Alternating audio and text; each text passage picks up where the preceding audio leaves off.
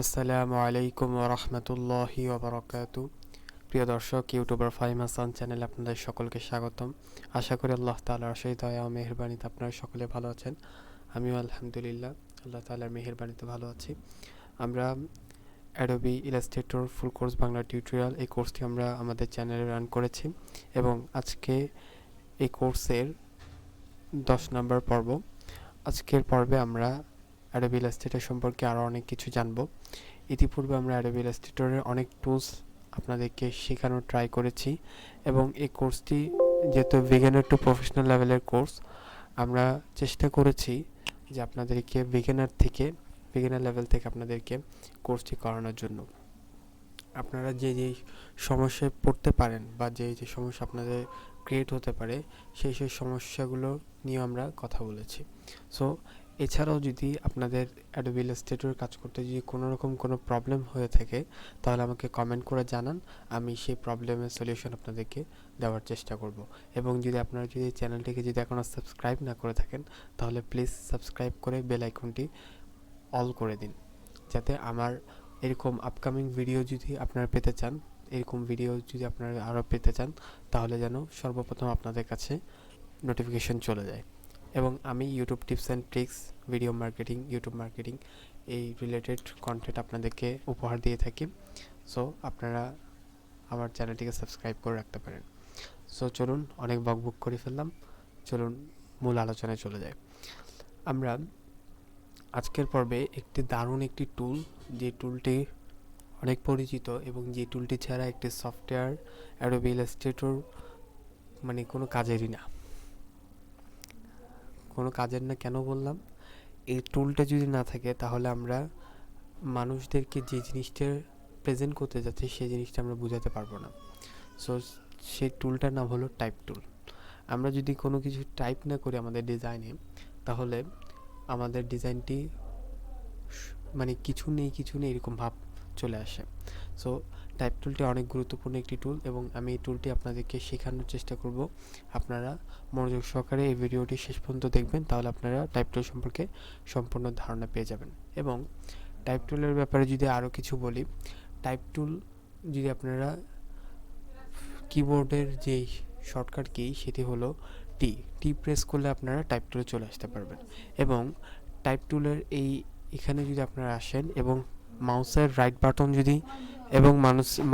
Button যদি click করেন তাহলে আপনারা এখানে আরও অনেকগুলো অপশন পেয়ে যাবেন। সো এগুলো এক একটি অপশানে এক একটি কাজ, এবং আমরা প্রতিটা কাজ আপনাদেরকে দেখানোর ট্রাই করব কিভাবে করে আপনারা এই টুলসগুলো আপনারা ব্যবহার করবেন এবং কোন কোন কাজে এই টুলসগুলো মূলত ব্যবহার হয়ে থাকে আমরা সকল বিষয় আপনাদের সাথে শেয়ার করব। সো ভিডিওটি মনোযোগ সহকারে দেখতে থাকুন। এখন সর্বপ্রথম আমাদের এখানে রয়েছে টাইপ টুল, এরপরে রয়েছে এরিয়া টাইপ টুল, এরপরে রয়েছে টাইপ অন এ পাথ টুল, তারপর হচ্ছে ভার্টিক্যাল টাইপ টুল, তারপর হচ্ছে ভার্টিক্যাল এরিয়া টাইপ টুল, তারপর হচ্ছে vertical type on a path টুল, তারপর হচ্ছে টাচ টাইপ টুল। এই টুলসগুলো টাইপ টুলের আন্ডারে পড়ে। সো টাইপ টুল সর্বপ্রথম আমরা টাইপ টুল সম্পর্কে জানি। টাইপ টুলে যখন আমি ক্লিক করলাম তখন আমাকে এখানে টাইপ করার জন্য বলছে। সো আমি এই সফটওয়্যারের মাধ্যমে আমি বাংলাও টাইপ করতে পারি এবং ইংরেজিও টাইপ করতে পারি। সো এখন আমি যদি ইংলিশ টাইপ করি, এখন আমি এখানে লিখলাম ফাহিম। এখন ফাহিম লেখাটা যে লিখলাম আপনারা কিন্তু কেউ বুঝতে পারছেন না, ঠিক আছে? সো আপনারা কেউ বুঝতে পারছেন না। এখন এটিকে আমাকে বড় করতে হবে, এই লেখাটির সাইজটি আমাকে কি করতে হবে? বড় করতে হবে। সেজন্য আমি কি করতে পারি? এই লেখাটির সাইজটিকে বড় করার জন্য আমাকে মূলত এখানে যখন আমি টাইপ টুল সিলেক্ট করলাম তখন আমার এখানে কয়েকটি অপশন চলে এসেছে। কয়েকটি অপশনের মধ্যে fill colour, stroke colour, opacity, তারপর ক্যারেক্টার্স, এখানে ফন্ট আমরা সিলেক্ট করতে পারি, ফন্ট কি রেগুলার হবে না বোল্ড হবে এটা সিলেক্ট করতে পারি, ফন্টের পিটি কত হবে সেটাও সিলেক্ট করতে পারি, ফন্ট সাইজ সিলেক্ট করতে পারি। এরপরে এখানে প্যারাগ্রাফ একটা অপশান আছে, এখান থেকে আমরা এই প্যারাগ্রাফ প্যানেল থেকে আমরা বিভিন্ন বিষয় দিয়ে এখান থেকে কি করতে পারি? সিলেক্ট করতে পারি। সো আমি এখানে টাইপ করি ফাহিম। এখন আমি চাচ্ছি এই লেখাটিকে বড় করতে বা এই লেখাটির সাইজটিকে বাড়াতে। তাহলে আমরা কীভাবে সাইজটিকে বাড়াতে পারি? তাহলে আমরা ফুল লেখাটিকে ধরে আমরা এখানে যে পিটি আছে সেই পিটির মধ্যে আমরা এখানে যে অ্যারো বাটনটি রয়েছে এই অ্যারোর মধ্যে যদি আমরা ক্লিক করি তাহলে এখানে আমাদের ফন্ট সাইজ দেখুন বাড়ছে। এখানে আমরা যদি একেবারে সর্বশেষ যে 72 পিটি সেটি দিলে আমাদের এটি 72 পিটি অনুযায়ী বড় হবে। এখানে চাইলে আমরা এখানে শুধু 72 পিটি দেওয়া আছে, বাট আমরা চাইলে আমাদের মনের মতো এখানে 100 পিটি পর্যন্ত দিতে পারি। সেজন্য কি করতে হবে, আমাদের এখানে লিখতে হবে। আমি যদি এখানে 100 লিখি এবং এন্টার প্রেস করি তাহলে দেখুন এটি 100 সাইজের হয়ে গিয়েছে। এবং এই সাইজটিকে আরও বাড়ানো বা কমানোর জন্য এখানে আপ অ্যারো ডাউন অ্যারো রয়েছে। এই আপ অ্যারোর মধ্যে ক্লিক করলে আপনাদের ফন্টের সাইজটি বড় হবে এবং ডাউন অ্যারোর মধ্যে ক্লিক করলে আপনাদের ফন্টের সাইজটি ছোট হবে। সো এগুলো হচ্ছে এটি ব্যবহার। এবং এখানে যে ফন্ট কালার রয়েছে বা ফিল কালার রয়েছে, এই ফিল কালার যদি আপনারা যদি চান, এই লেখাটি এখন বর্তমানে ব্ল্যাক কালার হয়ে রয়েছে। আমি যদি আপনাদেরকে দেখাই, এই ফাহিম লেখাটি এখন বর্তমানে কি হয়ে রয়েছে, ব্ল্যাক কালার হয়ে রয়েছে। আমি চাচ্ছি এই ফাহিম লেখাটিকে এখন রেড কালার করতে। তাহলে আমি কি করব, এটির এই লেখাটির উপর ডাবল ক্লিক করব, তাহলে এটি ফুল সিলেক্ট হয়ে যাবে।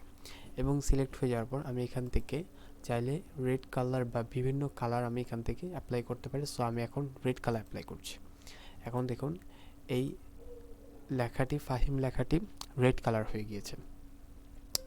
এরপরে আমি চাইলে এই লেখাটির মধ্যে স্ট্রোক অ্যাপ্লাই করতে পারি।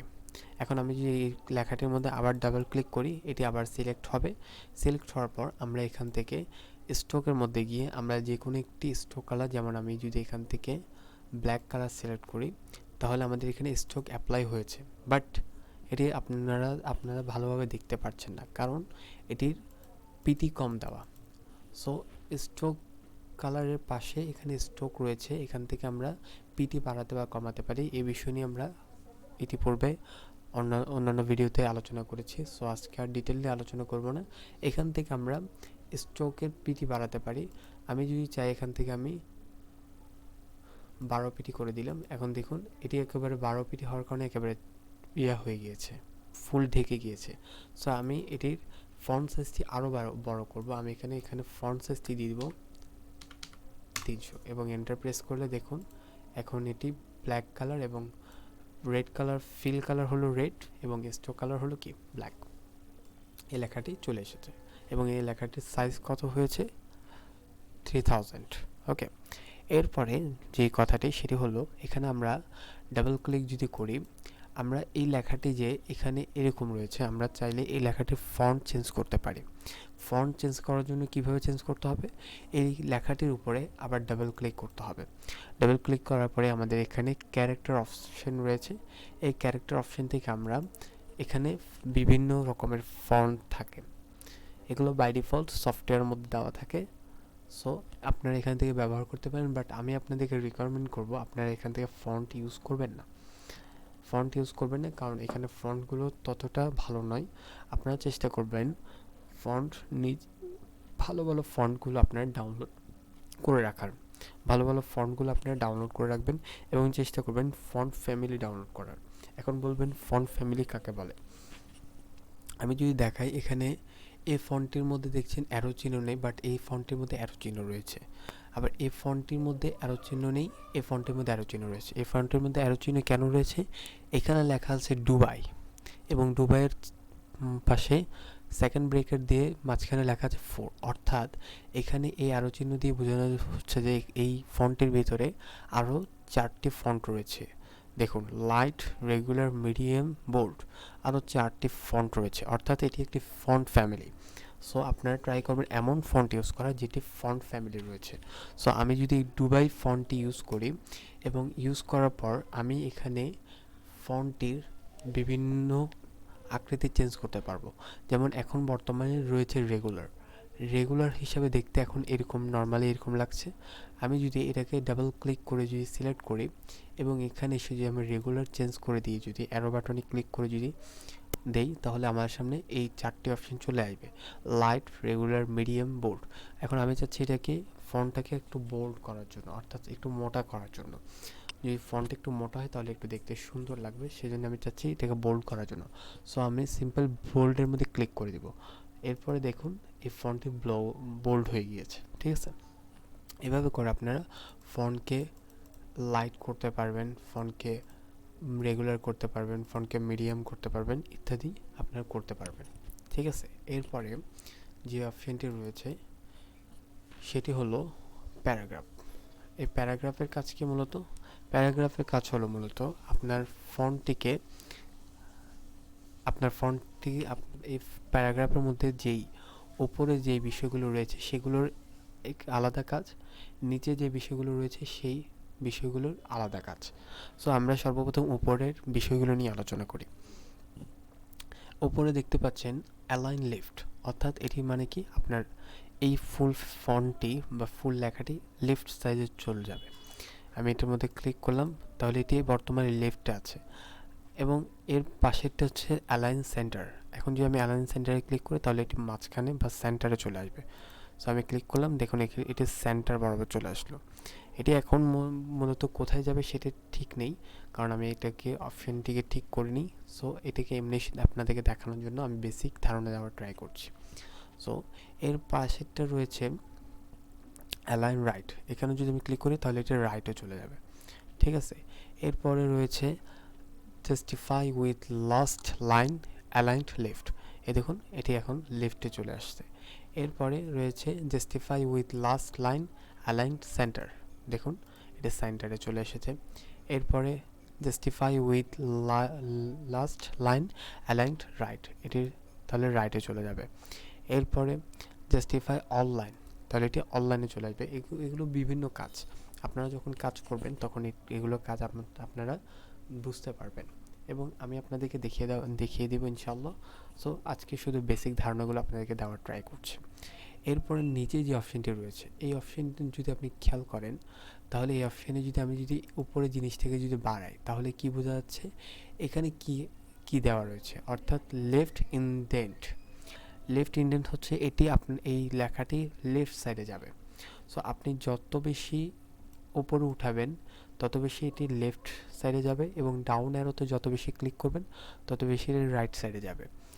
এরপরে যেটি রয়েছে সেটি হলো রাইট ইনডেন্ট। এটিরও সেম কাজ। আপনি যত বেশি উপরে নেবেন বা আপ অ্যারো যত বেশি ক্লিক করবেন তত বেশি এটি রাইট সাইডে যাবে এবং ডাউন অ্যারো যত বেশি ক্লিক করবেন তত এটি ডাউন সাইডে অর্থাৎ লেফট সাইডে যাবে। এরপরের বিষয়টি রয়েছে